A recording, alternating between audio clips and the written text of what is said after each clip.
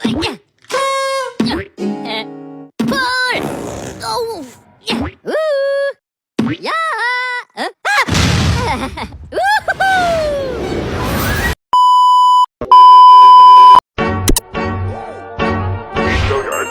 I got so much motherfucking design on right now. Every time, bring it back, nigga, come out that thing, hold fast, I'm a block, bitches on my line, Assalamualaikum warahmatullahi wabarakatuh. Hello friends, welcome to my video. Have you ever read a novel? Have you ever read a folk tale? Or watch a film or legend? It turns out all of this fall into the narrative text category. So before discussing further, let me introduce myself. My name is Raifa and you can call me Iva. So Iva, what is narrative text? Narrative text is a kind of text to retell the imaginative or factual story that past tense. Jadi, narrative text itu adalah jenis teks imajinatif atau faktual pada masa lalu yang rangkaian peristiwanya atau ceritanya dari waktu ke waktu yang dijabarkan secara kronologis. First, legend, yaitu cerita rakyat yang mengisahkan asal-usul dari sebuah tempat. The example is story of the Toba Lake. Second, fable, yaitu cerita yang mengisahkan tentang binatang. Contohnya seperti The Ant and Grasshopper.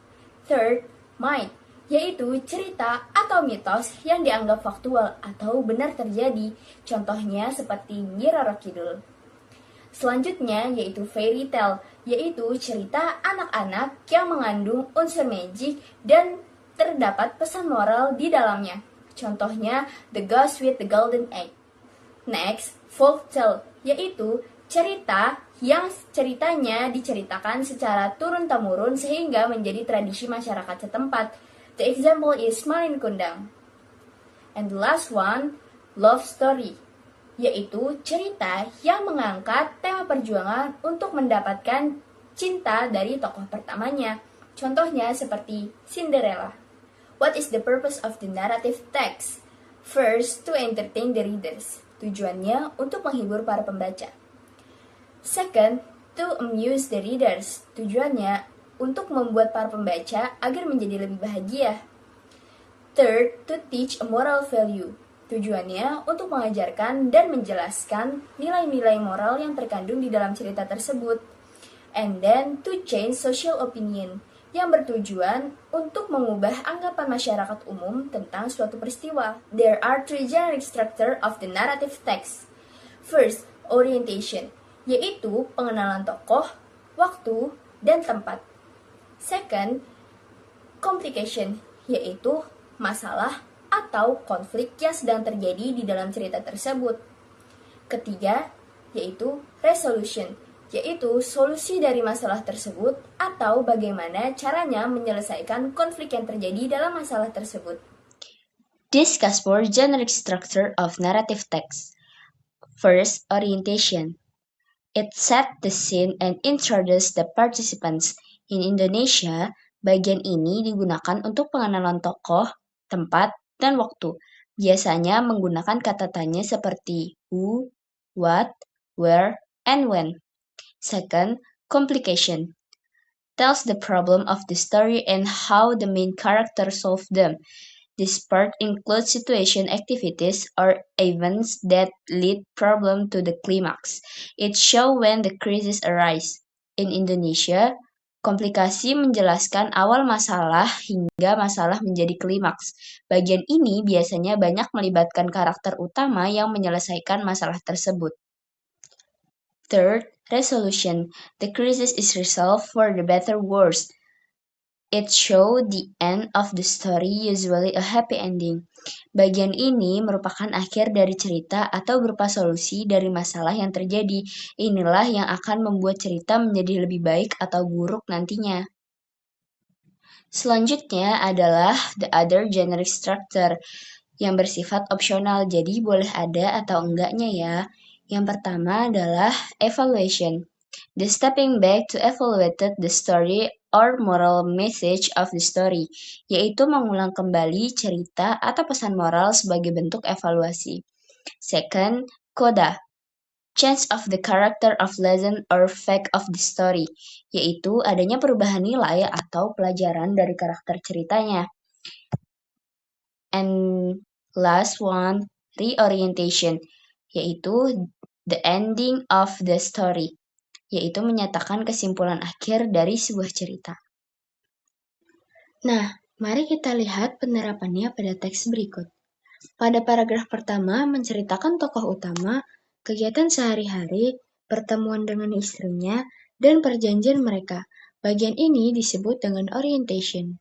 Paragraf selanjutnya tentang kehidupan tokoh utama dan keluarganya. Masalah muncul ketika ia memarahi anaknya. Secara tidak langsung, ia melanggar perjanjian dengan istrinya. Tokoh utama pun menyesal dan meminta maaf, namun istrinya tidak bisa memaafkannya. Inilah yang disebut dengan complication. Dan paragraf terakhir menceritakan akibat dari pelanggaran perjanjian tokoh utama, dan terjadilah erupsi Gunung Merapi dan tempat sekelilingnya menjadi danau seketika. Dan teks inilah yang disebut dengan resolution. Sampai sini teman-teman semua bisa paham ya? Lalu ada juga nih language feature dari narrative text. Yang pertama adalah specific character, not general. Example, Cinderella, Snow White, and Alibaba. Yang kedua, use direct speech. Is it to make the story lively? The direct speech uses present tense. Example, Snow White said, "My name is Snow White." Yang ketiga, use adverb of time. Example, once upon a time, one day. Selanjutnya adalah use of adjective. To build noun groups to describe the people, animal, or things in the story. Example, a nice, diligent, kind-hearted man. Next, use of past tense. Example, Ajisaka went to the kingdom measured of the turban. Next, use of saying and thinking verb. To indicate what characters are feeling, thinking, or saying. Example, thought, realized, decided. Selanjutnya, use of time connectivities and conjunction. To sequence even short time. Example, however, although, later, then. Yang terakhir adalah use of action verb. Example, stood, explained, provided, missed. Lalu, contoh penerapan dari future language of narrative text sebagai berikut. Okay, at the end, I will give you an assignment as an experiment on the material that was discussed previously.